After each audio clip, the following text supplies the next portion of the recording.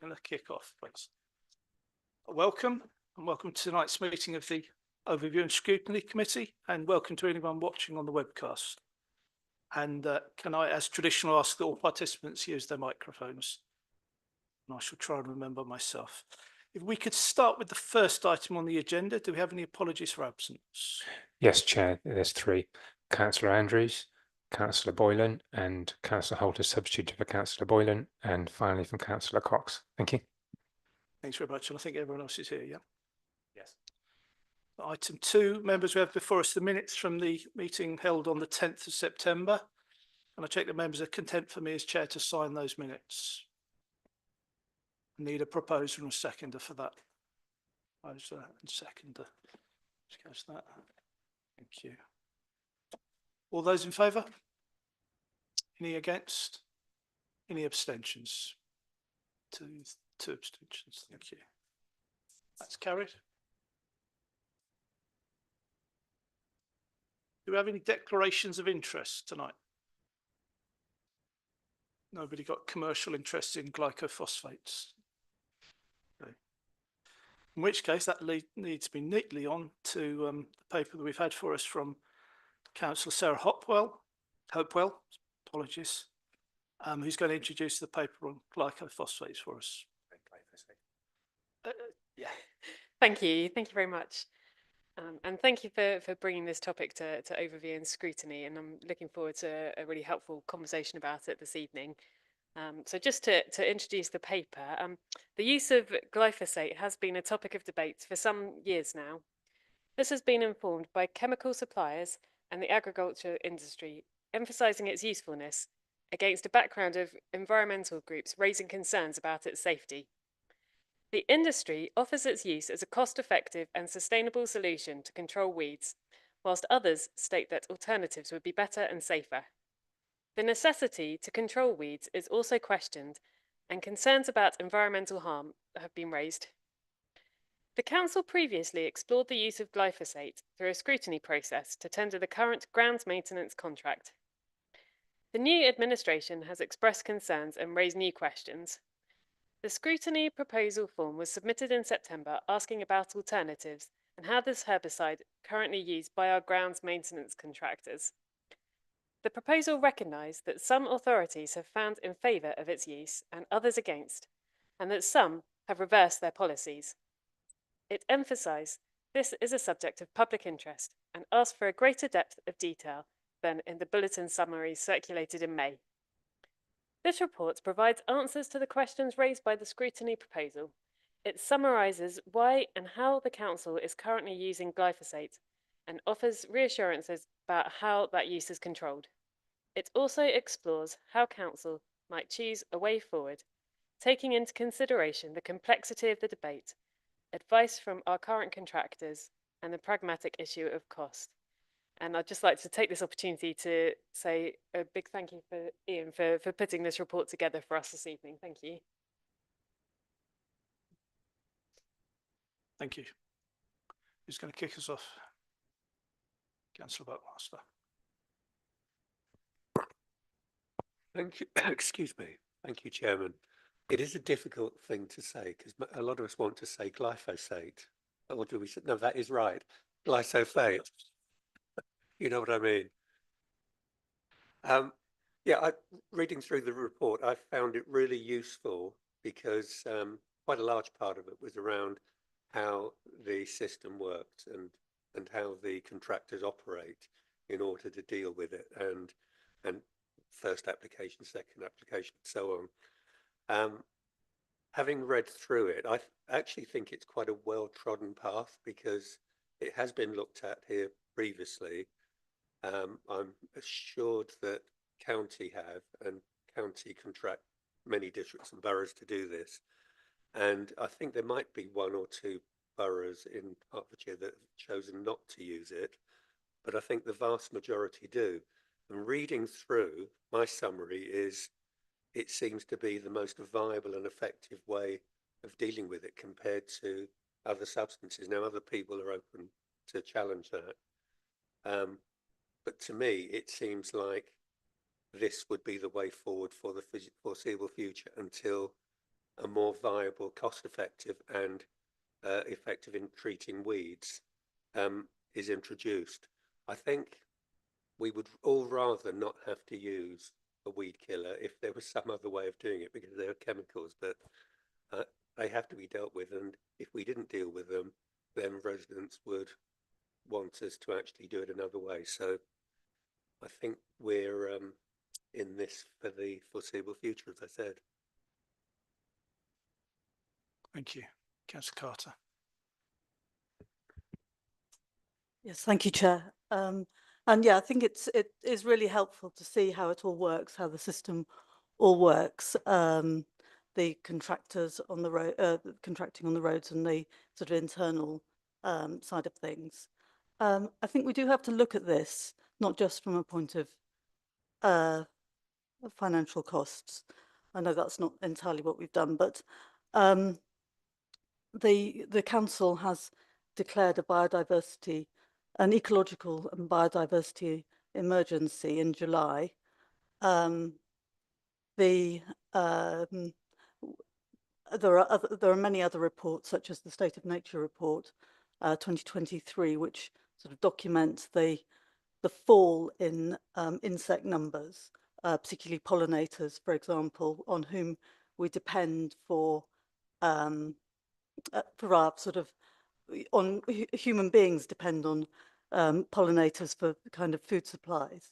I think a do-nothing approach is not really viable as a way forward because of this biodiversity emergency. And I think there is quite a lot of evidence to suggest that the increase in the use of pesticides, I think herbicides, were first developed during the Second World War, and then the increase in the amount of pesticide and herbicide used has really sort of increased about 20-fold since, for example, the 1980s.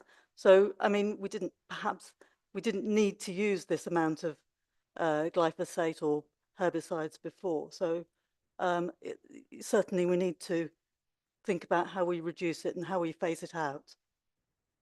There are different methods, and I suppose I've got some sort of more specific questions. I think what was interesting in the report. So first of all, I'm saying we can't do nothing. That's that would be my view, looking at the overall sort of biodiversity emergency that we're in. And second, it is a difficult problem to solve. We've become dependent on these herbicides. People have got expectations that that we're going to have no vegetation on our roadsides and so on. Sometimes vegetation on the roadsides is a problem. So what are the kind of practical solutions?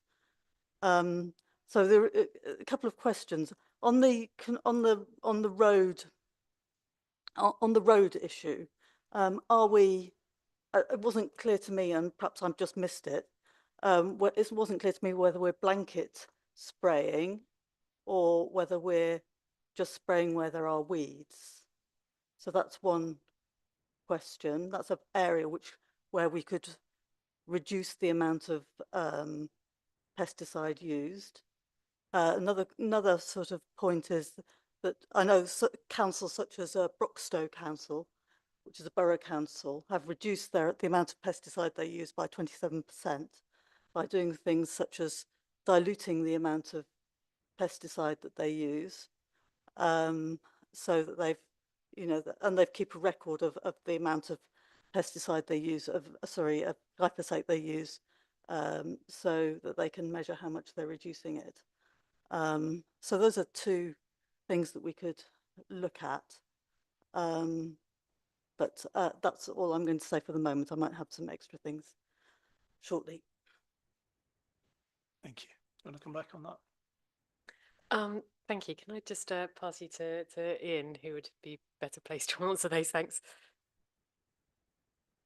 Hello. Yes, in terms of blanket spraying, glyphosate works on contact, so it's sprayed onto a weed, nowhere else. So you don't blanket spray glyphosate.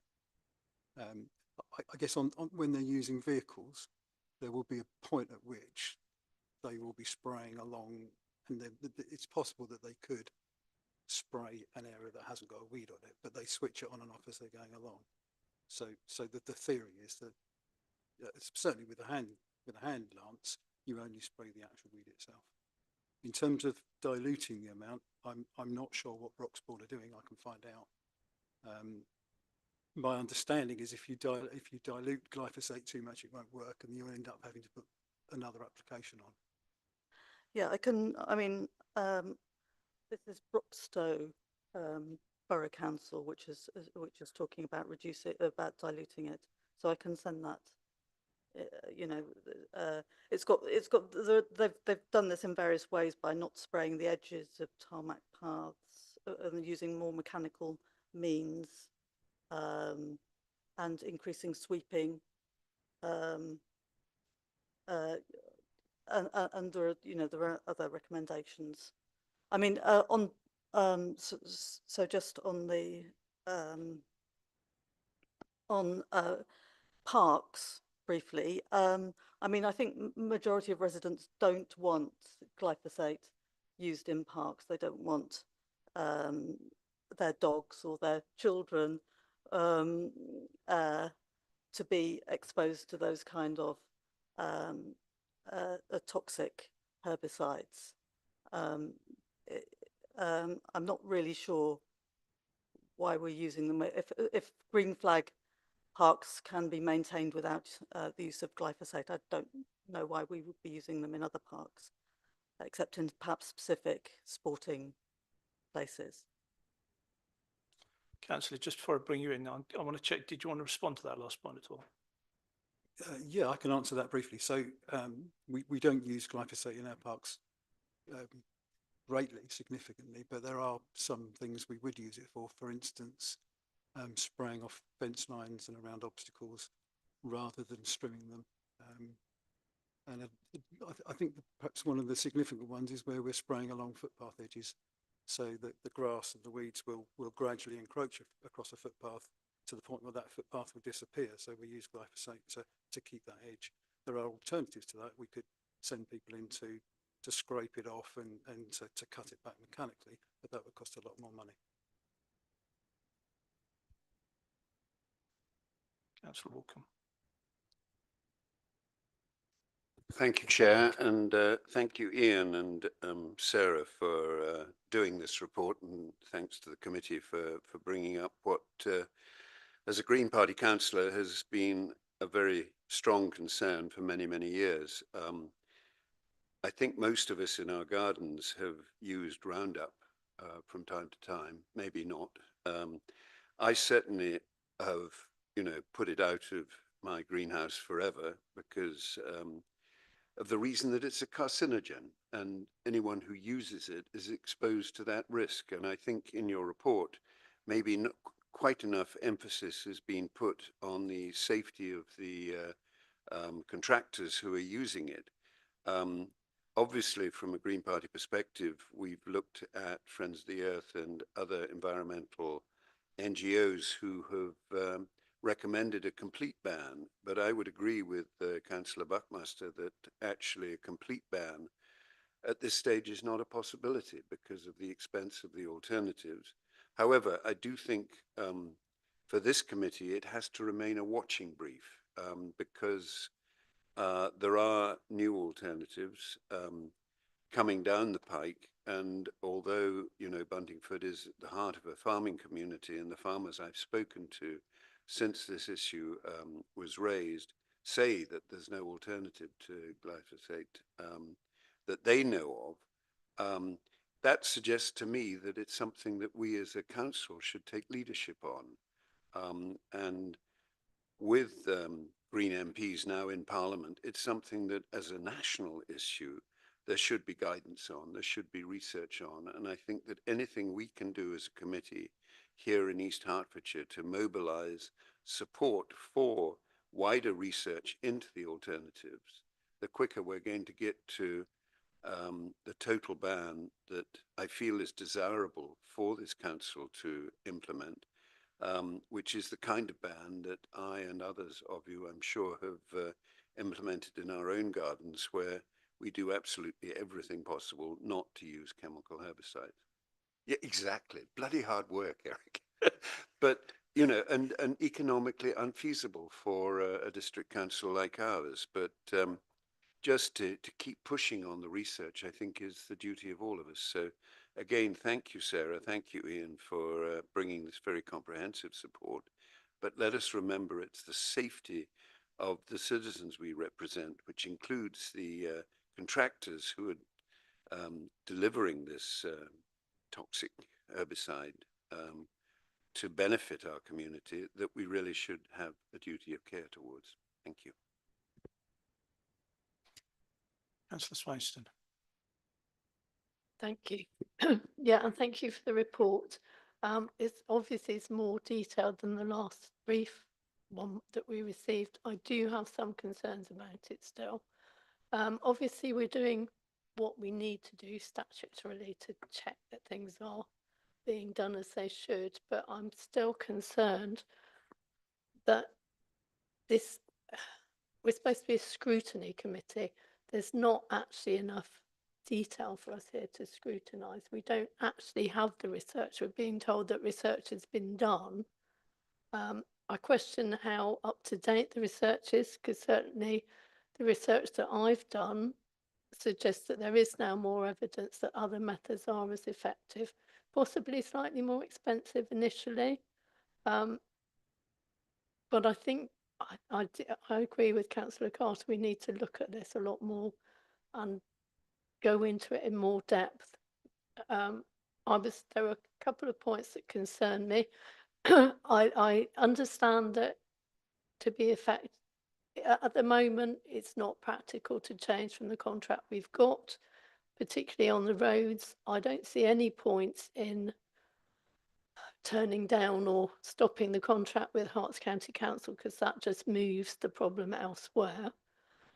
But I do think that looking at how long it is before we can change the contract, I think there is time in that period to look seriously at other methods and look at more up-to-date things. As I've said, I've seen research that suggests that some methods are just as effective. I was a little concerned about the suggestion that the contractors would look at different methods without specifying, because I don't think there's any point in just changing to a different herbicide. I was quite concerned to hear about the Chikara, I think it was called, which is a residual herbicide that's used to suppress the weeds. Part of the reason we have concerns about glyphosate now is that it has been used so widely that there's lots of evidence of how toxic it is, or damaging. I know it's supposed to be less toxic than other things, but it does still cause problems. I think swapping to another chemical that has less evidence is not really the way forward. So I'd like us to look at things like the foam stream that is biodegradable and non-toxic. I agree with Councillor Carter about the thing with parks as well. And in 3.3.2.10, I think it is, it mentions Castle Park. I'm assuming there's a typo in there, because it says there should be chemical application is restricted across the whole of these parks. It should be noted that the grounds contract has not yet been varied to formally apply this restriction. I assume that should be formally. So obviously I'd like to see that sorted as soon as possible. In Castle Park, the opening was delayed quite considerably because of the desire to protect water voles, and make sure they were safe. And yet earlier this year I was walking along the footpath between Grange Paddocks and the formal area of Castle Park, and there was somebody spraying right next to the river. Yes, it was along the edge of a footpath, but I still don't think in such an environmentally sensitive area that's the right thing to be doing. And I hope that that will be applied as swiftly as possible to Castle Park. I can see why we need to keep the roads clear at the moment, but we just need to look at it more seriously. And obviously, Japanese knotweed is an exceptional problem. So, but I think that's all I can say at the moment. Thank you. Councillor, I'll check see if the officers want to come back on that. But was that a proposal around designating specific areas to be weed killer free? Yes, in a way, there are already the green flag parks are already supposed to be weed killer free. So it's about extending that protection to other designated areas. And ensuring that it is so. It seems that Castle Park has, although it has been designated green flag, has not yet, as I understand from what I've read, it seems that they haven't yet applied that Okay, so rule. we'll come back to that as a specific Yeah, proposal. I mean, I would like, as Councillor Carter said, I'd like to see it extended to a lot more open spaces, as Glastonbury Council have done. They are using glyphosate on roads. They are not using it in any public areas. So playing fields, parks, that sort of thing. And I think I would like to see us moving in that direction, definitely. Thank you. I'll bring in Councillor Williams now. Just basically a question. And forgive me if I haven't been able to find it in here, because when we talk glyphosate, we're talking Roundup in its various forms. What form are we using when we're clearing things like gullies or weeding paths near rivers? Because one form, I think it's the form, and forgive me if I do this wrong, polyethoxylated tallow-amine has been that's one of the forms that is used of Roundup. That particular agent of it is considered harmful to aquatic life, on top of having the glyphosate itself, which is harmful to plants, but not just plants, bacteria. If you chuck in basically a bunch of weird stuff in a river, weird things are going to happen. I wonder basically how much, which type of Roundup are we using specifically? What does it contain? And do we ever measure how much potentially ends up in our waterways via the spraying of the gullies or clearing paths along rivers?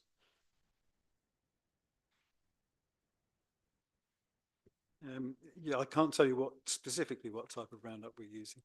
I can tell you that the guidance that the contractors follow will consider not spraying near water for that very reason. So they wouldn't be spraying right next to a river. And to be honest, the type of spraying that we use glyphosate for, I can't really think of a reason why we would need to spray next to a river. So in Wales, obviously, there's a lot of interesting paths that go along the Lee navigation, as Councillor Swanston was saying, clearing on a path near a river. So I think we're clearing on pathways that happen to be in areas with rivers nearby, and if they happen to be in a particularly slopey position, there is a chance of things like rain pushing them off, in addition to what could potentially go down the gullies. Because I know I use the Lee navigation all the time, and you find after heavy rains, some of these drains appear, and I can't confirm this because the Environment Agency, not really investigating it from what I know, is that there is road runoff that happens there. There's road runoff that happens, in terms of fuel and bits of tire and whatever. Then there, in theory, is also glyphosate potentially particularly harmful to aquatic life form. That's what I would like to know, and to make sure that that doesn't occur. Yeah, I mean, we can look at that. I can't answer the question. One thing I think you're referring to the paths along rivers and canals. Most of those we don't maintain. So East Herts Council are not responsible for towpaths that I can think of anywhere. So. myself. But if you look at like the New River that feeds into London, places like, has fish in it, and that has big build-ups of algae. It sits in areas with lots of drains and lots of gullies and whatever. In theory, if rains are heavy enough and if those gullies feed into the wrong place, are we potentially having it run off into that and damaging, those areas? That's my concern with that specific little bit.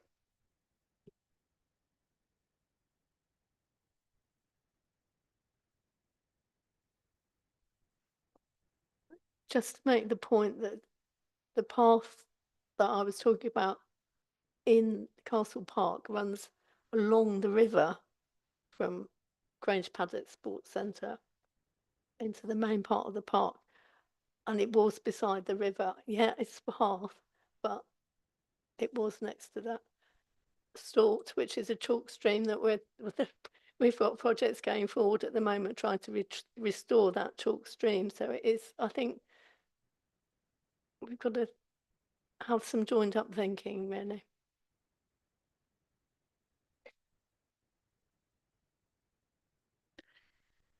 I think we should be really mindful of the directive from the International Agency for Research on Cancer in 2015, who deemed glyphosate was probably carcinogenic to humans. I know that the UK government have re-licensed it for another 10 years, but the concerns should still be raised about its risk to health of humans and wildlife, including earthworms, bees and mammals.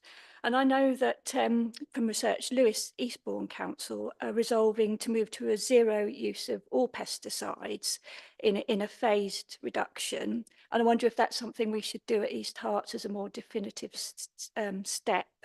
And part of that, they've been looking at non-pesticide methods, which I think a lot of us would agree is a big area for exploration and development. And I know there was a mention of hot foam use in the report, and they concluded that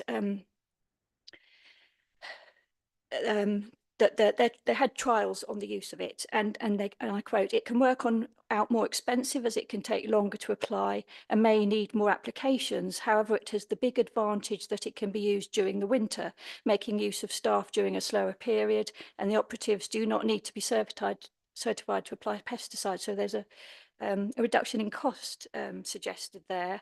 I know it's been suggested that it's too expensive to use in East Herts in the 2019 review, and I know from the 2023 third edition of the report by the Pesticide Action Network Europe, Alternative Methods in Weed Management to the Use of Glyphosate, was a thrilling read. That they are suggesting a lot of other mechanical methods of weed control, including electric weeders, where a current is passed through the weeds to kill them, hot water or steam weeding with a similar effect, and laser weeders that target with a targeted approach, unlike herbicides, which kill most species of plants on contact. I wonder if any of those methods had been explored by the council.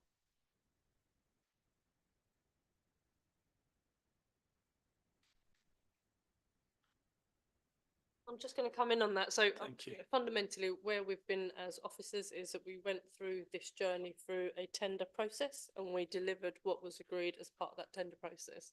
As part of this scrutiny process, we will need to re-tender our grounds maintenance contracts, and one of the things we'd like to explore potentially is a cross-party working group as part of that.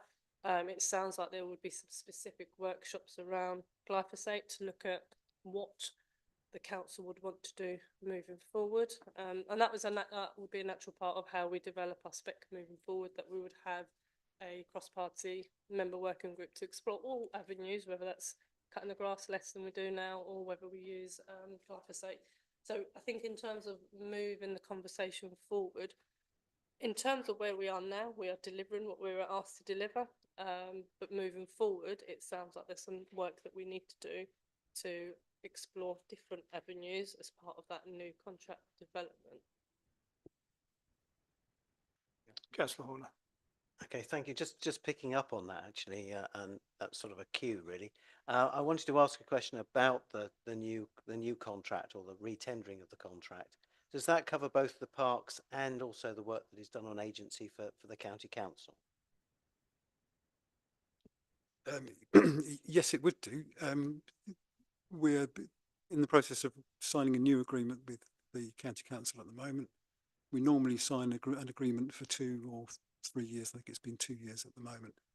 So that could coincide with the end of this current contract, which means that we could, as part of that process to scrutinise the tendering of the new contract, have some conversations with county to see what their preference would be. If we were to move in the direction of using less glyphosate or no glyphosate, they might decide that they wouldn't want to continue using our services, or that's all open for conversation as part of that process. Thank you. If I can, no, I think that's good. That it's good that both parts of the work are being considered at the same time, which is what I wanted to ensure, that if we could do that, that we did do that. And I do think that in the run up to that, and perhaps in the meantime, as has been suggested by Councillor Swainson, that we do look at the alternatives. And as you say, a working party would be a good a means of doing that. The other issue that I wanted to raise was around the way that the council oversees the contractors, because I've had complaints about, if I quote the resident saying that they saw somebody driving around on a quad bike spraying glyphosate around. Now that's a very different. I can see how the compact tractor, I think as it's referred to it is seen by somebody out there as being a quad bike, but clearly their feeling was that there wasn't the amount of control that is suggested in the report. And so I wanted to ask how much oversight is there of how they and whether this resident is correct in seeing it in those terms, or whether in fact there is a good level of oversight.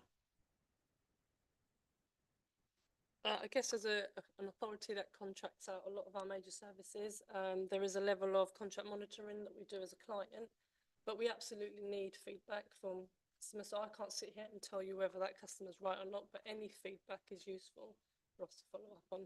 We've got a slimline client team.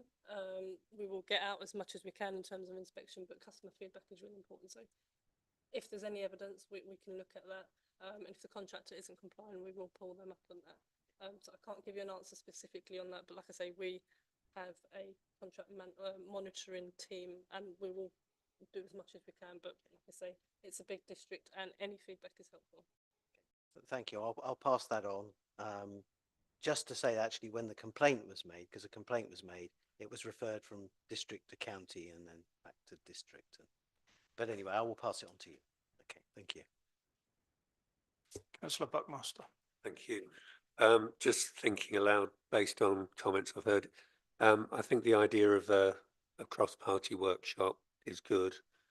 I also would like to explore the possibility around more exclusions, because I think we could do that even within the contract terms. That's something fairly easy to do. I think because it's an agency agreement, and as Jess said, it could well be that if, when we're tendering and we don't use something that they feel is effective, it could well be that they could just say, okay, we'll do that directly, we'll hire another contractor. So we just need to bear those things in mind, because issues and complaints, there are 4 county councillors here in this room, and we spend a lot of our time receiving comments from residents around things that are to do with the highway, whether it's, are the hedges being cut, are the footpaths being sided out, there are weeds growing along the road. And these are visible things that people make us aware of all the time. So we just need to be mindful of that. So we also need to consult with the towns and parishes. So if we are looking down excluding certain routes that we feel are environmentally more important, it would be really good to actually present that to the other local authorities and the parishes to say why we're doing that, and would they agree, because it would then be no good if we just unilaterally say, well, okay, these are the ones we're not doing, and then we start getting residents complaining through the parishes that things are not being done. So we just need to make sure we're covering all the bases. And if that all makes sense.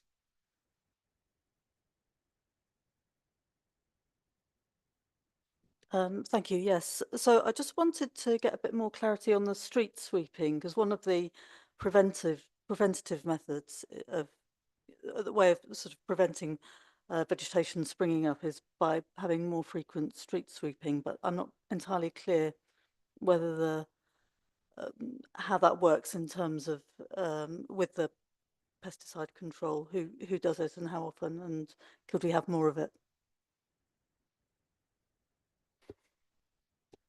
Yeah, it sits with our shared waste service. We can get you a bit more of a detailed written answer if that's helpful.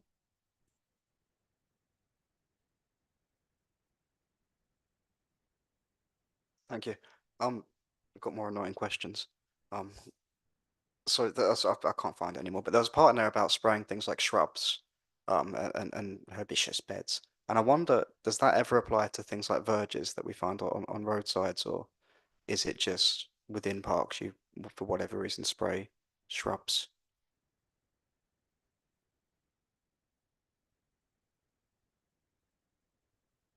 So I'm not quite sure what the question is. So there was a part in here about the spraying of shrubs that I'm struggling to find again.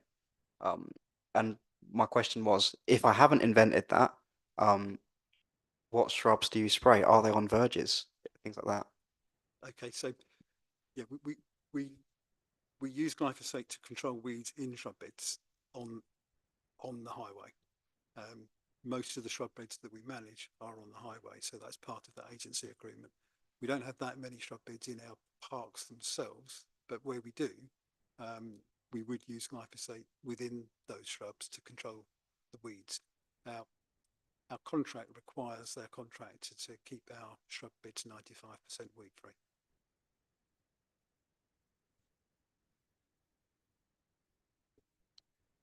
Thank you. I'm gonna slip a question in, if I may. We've had a couple of references this evening to these chemicals being carcinogenic.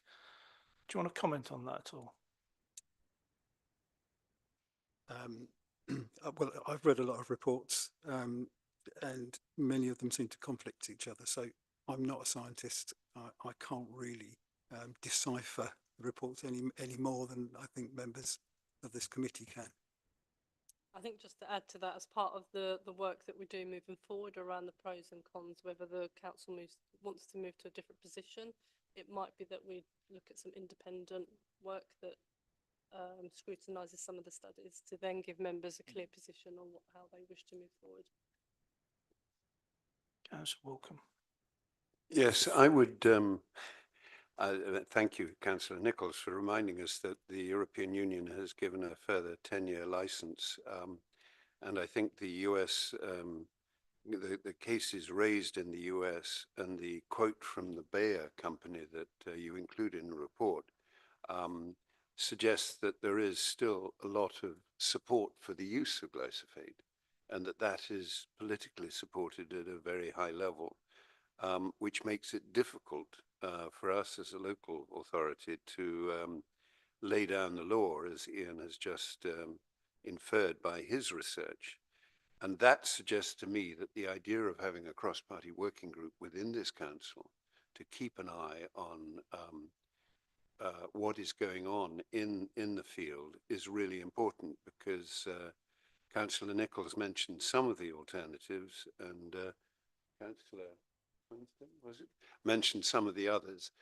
There are several techniques that are coming down the pipe, and they are much more environmentally friendly than glyphosate. So I think we have the time before contracts are renewed to actually come up with some solutions. So I would think a good result of tonight's meeting is to set up such a working group and to try and complete the research that Ian has started excellently in this report, with greater detail, with a more forensic examination of the alternatives, with research papers quoted if possible, so that we as a committee can reach an informed decision to present to full council about how we renew these contracts and set out proper tendering procedures for doing so when the time arrives.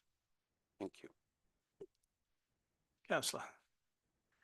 I think it's also worth pointing out that in the States, Bayer have declared that glyphosate is safe to use, and they're the manufacturer of the product. And it's a case of marking their own homework. And there's an obvious threat to their profitability if people start using alternatives. So that needs to be noted, I think.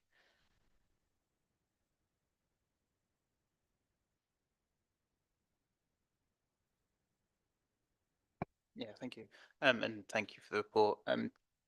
It's a fairly minor point. One of the things that struck me in the report and kind of through the discussion is how much like a balancing act this is. Like, I don't think anyone is sitting here saying, yeah, we're really happy that we're using this, and it's no one's first choice. And I think the idea of the working group is really a good idea, and we should be. And I think we are reviewing it constantly, and we should continue doing that going forward, and maybe step that up a bit, which is kind of what we talked about tonight. One of the things I would be very interested in coming out of that is the difference in cost. We had Councillor Hoskin come in, I think the last report, and was talking about the work we're doing to try and reduce our carbon footprint as a council, and actually a lot of the options that are open to us are very expensive, and there might be better ways for us to use that money. Sort of external to the council, and it struck me to a lot of this that there may be things we can do quite cheaply to reduce our use of herbicides here.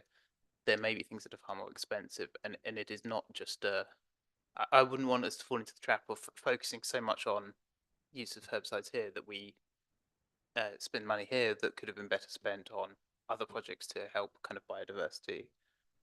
And so when we do set up that working group, or if we do, I don't want to kind of get ahead of things there, but a clear understanding of what are the costs associated with the other alternatives, and what does that mean, so that when we come to present to the exec or wider council, a decision in the round can be made, and we can kind of trade off, because that's what we're doing here. It's trade-offs of something we don't really like versus the cost of opportunity lost elsewhere. So I think that's an important thing for us to be looking at as part of any group that we do set up there.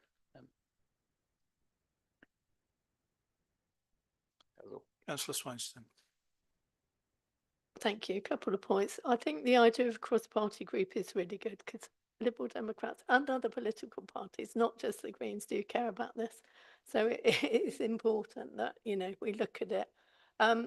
Something I don't know if everyone saw the scrutiny proposal or not, but I did put in there is evidence that it's not just carcinogenic.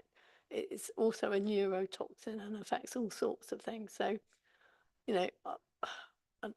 as Councillor Nichols said, we can't just rely on Bayer or suppliers of chemicals to give us the answers to questions. And responding to Councillor Walkham, I think there's a big difference. I'm not entirely happy about the EU approving its use for another 10 years, but I think there's a big difference between allowing its use in crop protection, shall we say, so protecting crops. People need food, so that's another thing that needs to be balanced out. But if it's just for amenity use, I can't honestly see a good reason for using any herbicides for amenity land.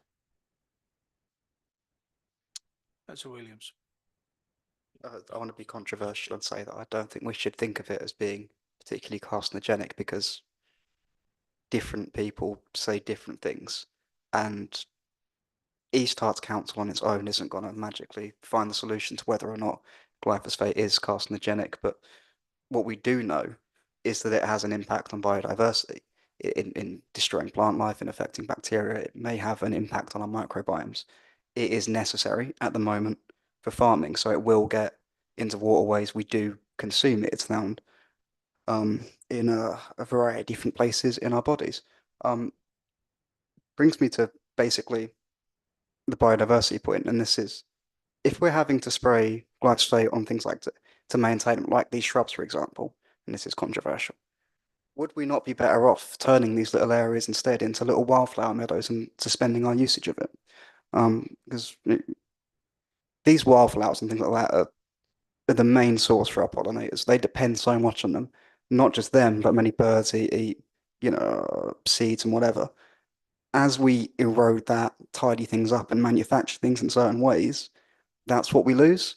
There is no, from an EHDC perspective, getting around the fact that we consume glyphosate daily. We are exposed to it constantly, and that's a national thing. But at a local level, we can at least try and mitigate the harm it does to wildlife.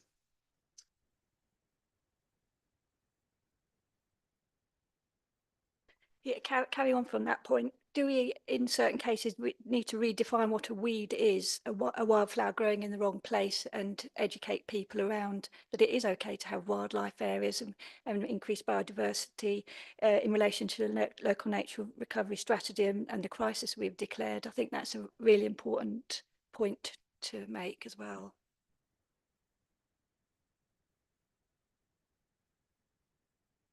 Thank you. Anyone who's not contributed yet this evening want to come in? Councillor McAndrew.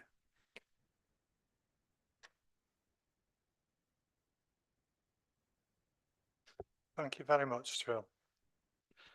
I would just like to pick up on the pollution point which was raised, a very valid point. But I think that's more for the Environment Agency rather than East Herts District Council. So do we ask the Environment Agency to come along at a future meeting to discuss this with them? Because they test the water and they would know what actually goes in now. Now, there's also, moving on, we're a member of APSI, the Association of Professional Services Excellence, and if we asked them what the best practice was round about the country, they represent Scotland, England, Northern Ireland and Wales.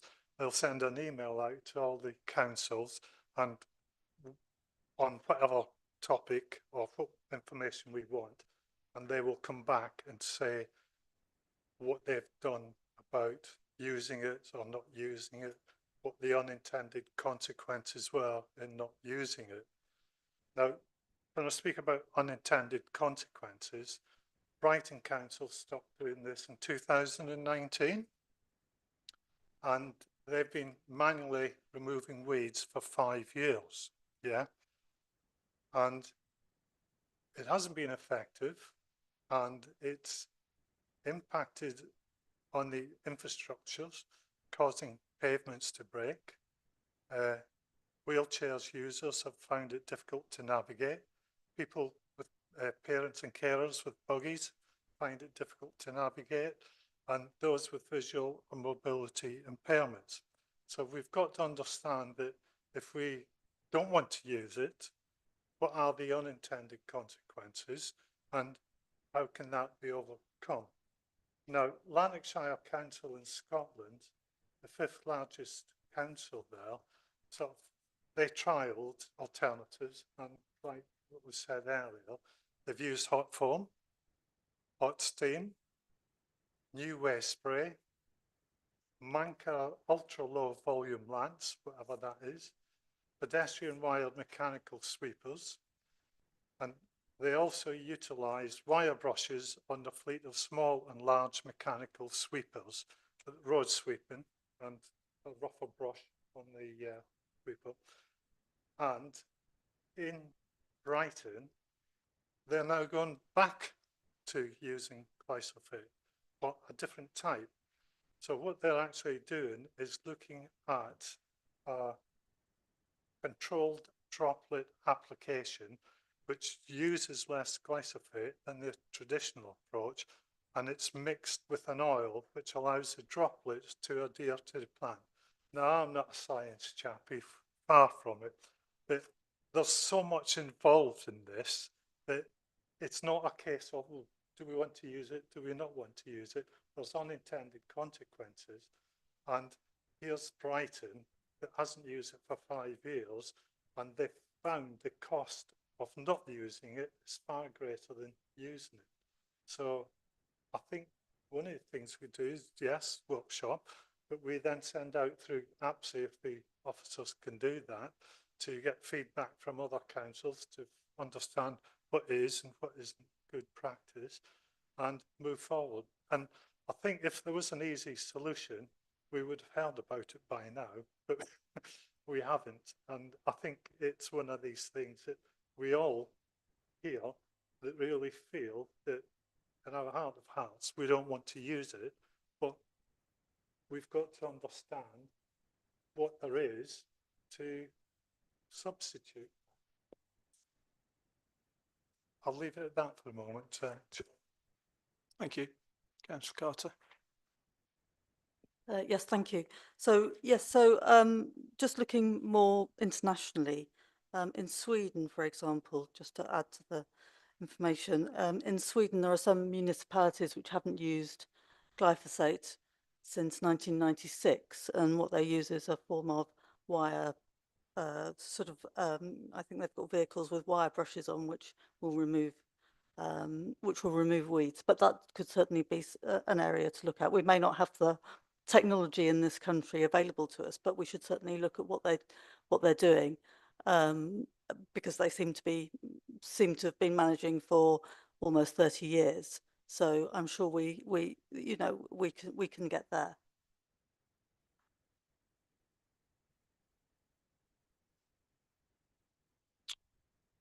Councillor Hoskin.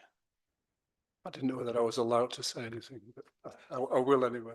I just wondered, and it perhaps builds on what Naomi was saying.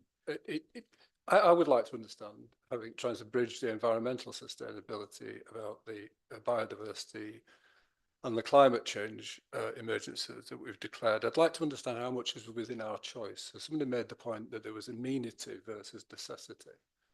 And, if we took choices about amenity, such as presentation of shrubbery, redesignation of weeds as wildflowers, if we looked at that really aggressively, what impact would that have on our usage of glyphosate? Would it be diddly squat, or would that be quite a useful contribution to an overall planned reduction? And because that's within our gift, I fancy, if we could make those choices about not having 97% weed-free, we would go for a tolerance, some communication needed, some clarification needed on what that would look like, and some agreement through a cross-party discussion. But I wonder if that, will we be chasing rainbows there, or is that a quantifiable, significant element that we could choose?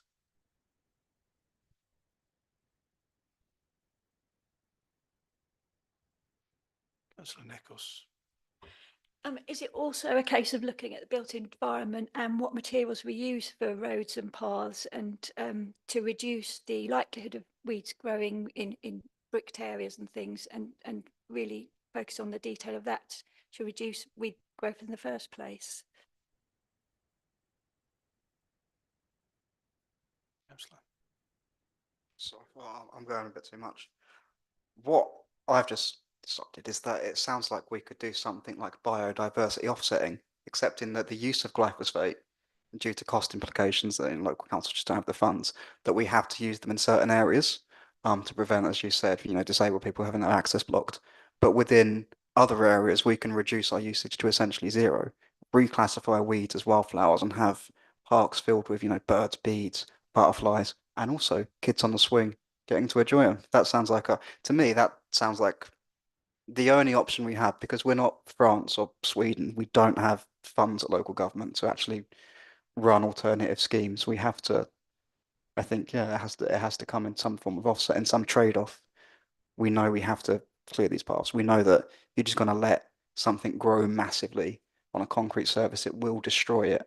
And then someone is going to come along and say, well, now there is a giant buddleia in my way and I cannot get to work, otherwise I've got to go out in my wheelchair. But that's my view, I think, is to cut it off in certain areas, allow them to go wild, allow these exclusion zones to be set up, and then until one day when hopefully we have some more funding, we allow the use of it in some way.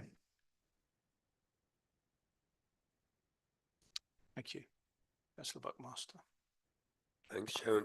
Yeah, I think just go back to the earlier point, which is where it's absolutely essential.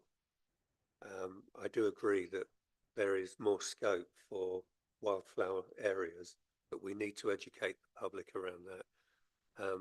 I've got a situation where there's one being prepared and residents are not happy with it because they'd like to see a nice short grass lawn. And we just need to explain that actually this kind of thing is important.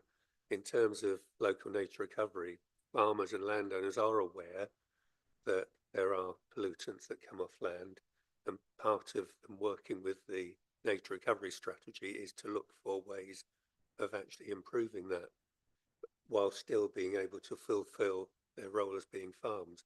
So I think there are things that can be done in terms of pavements and so on. That's not within the remit of the district council. That's the county council, and it's £100 million business, looking after 5,000 kilometres of road. So it's a really big thing to expect anything along those lines. But there are different materials, and of course they will be looking at that as well, because the last thing they want is for weeds to be growing up through footpaths. So I'm sure that's also being dealt with anyway. But yeah, I think if we can establish what we don't need to do, and as long as we can get the public to buy into that, that's probably a start until such time as we then look at the new contract, because we have that to fulfill. I don't know what year, when does that come up? Yes. December 27, so we'd start reprocuring in the next sort of 12 months or so. I think we've given this a good go. I'm conscious we've been at nearly an hour, so I was going to suggest we wind it up. We've had a number of proposals come from the floor of the meeting, so we have a choice. We can either try and formulate those as a proposal that we take a vote on, or we can just ask Councillor Hopewell and officers to consider all the points that have been raised and come back to us as appropriate, which would be my recommendation. Are we happy with that as a way forward? Yeah, Okay.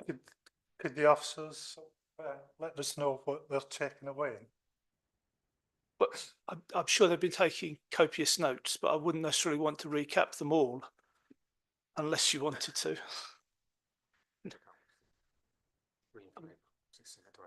Yeah, I think a combination of officers' notes and the minutes will do the job. Apologies, can we just clarify in terms of the role of the officers with our exec member, exactly what, is it another report with answers to the questions, or are we exploring the next contract with, we need a clearer recommendation? Apologies. So who's going to formulate a recommendation for us in that case? I can have a stab, but Could on the paper it speaks about proposals. Is that what we're looking at? well, the paper has some proposals, but Page 14, yeah. yeah, but there have been proposals emerged from the discussion, which I didn't want to lose, because I think some of them are definitely worth capturing.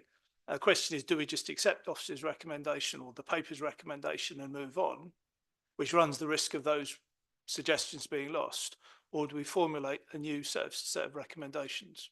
I think we formulate, well, I would formulate a new one. I mean, I would go to APSI and go to all the different councils in the country and find out what's good practice and what wasn't good practice. Thank you. Councillor Buckmaster. Thanks, Chairman. I wonder if we do this as a form of actions. So one of them is we actually go to APSI to just find out what the wider local authority communities are doing. We have the cross-party workshop, which will be within the next 12 months as we start looking towards the next procurement.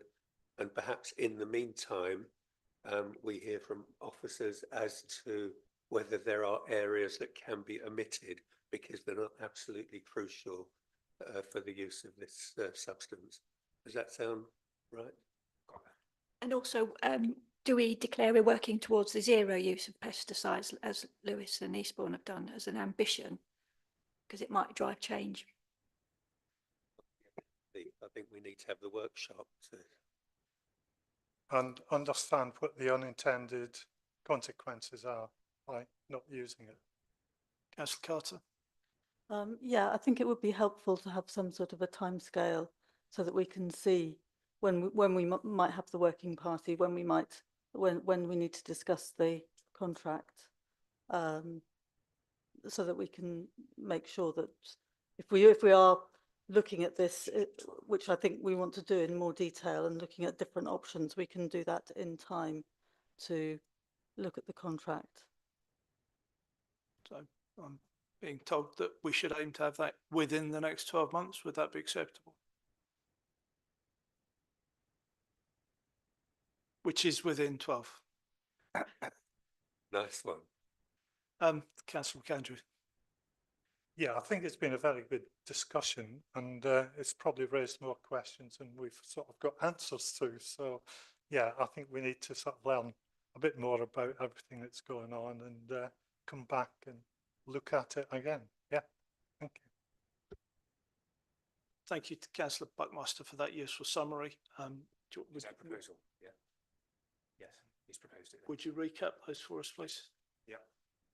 Okay, so the APSA would look at what other local authorities are doing, cross-party working group within the next 12 months, and hear back from officers what areas can be omitted. That's what I've got so far, but happy to take anything more unless that's it.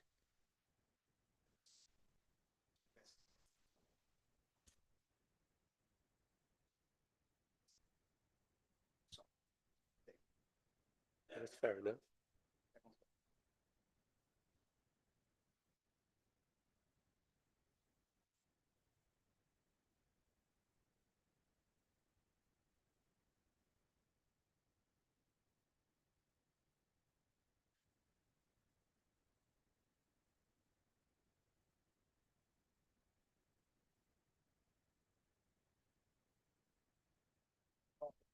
Forward work plan, work programme. Yep, this sets up the draft work programme, which you can review at any time, either by doing proposal forms or emailing the chair and so on. There is a list of possible items in the report. Looking ahead to January, it's, I believe, parking engagement. Then looking ahead to March, I believe it's housing. But I'm happy to, if you look at that list that's in the report, paragraph 2.3, and there's anything else you want to add at any point in the work programme, it's over to you really to consider that and approve it. So over to you, members. Councillor Buckmaster. Oh, I'd left my mic on. Sorry, Chairman.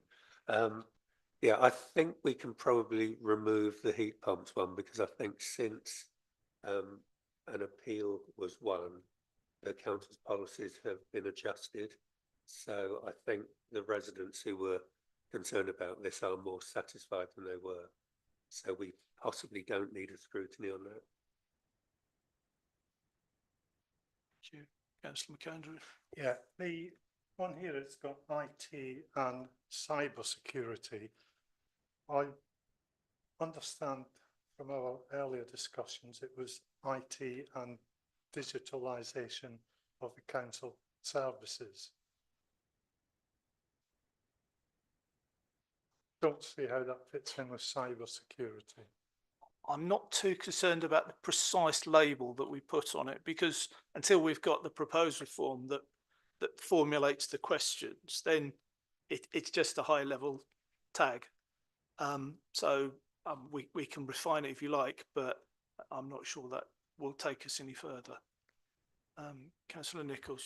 Also, the subject of IT and cybersecurity comes up regularly at audit and governance, where we're given quarterly reports on risk. So I don't know if it would be feasible to have it over in scrutiny as well, or a different slant to it. I'm happy for it to stay on the list, and then if someone wants to complete the form and construct an argument for saying why it should come here rather than audit and governance, then consider it. So it's just sitting there at the moment, if you see what I mean. Sorry, Councillor Horner. Thank you. I noticed that another item on here is the anti-racism charter, but I also note that from the forward plan that there's an equality strategy coming to executive in February, I believe, and whether that might be an item that those two could be consolidated in a way and come to the January meeting. Thank you. You catch that. Thank you. Ben Wood spoke to me last week about the UK Shared Prosperity funding, which has been extended. He offered to come and talk to us to give us an update on how that money's being spent, processes, etc. I think I'd welcome that. I'm seeing lots of nods, so we're happy for people to go on our forward plan for either January or March, depending on how the rest of the schedule's looking. Parking is obviously going to be quite a big one, I think. I'm going to ask, subject to those amendments, ask for a proposal and seconder for the work programme at Appendix 1 to be agreed. So propose it, please. I propose that it be agreed, and that's Seconded by Councillor Horner. Okay. All those in favour? Any against? Any abstentions? Thank you, that's carried. No urgent business. No urgent business, so in that case I declare the meeting closed. Thank you.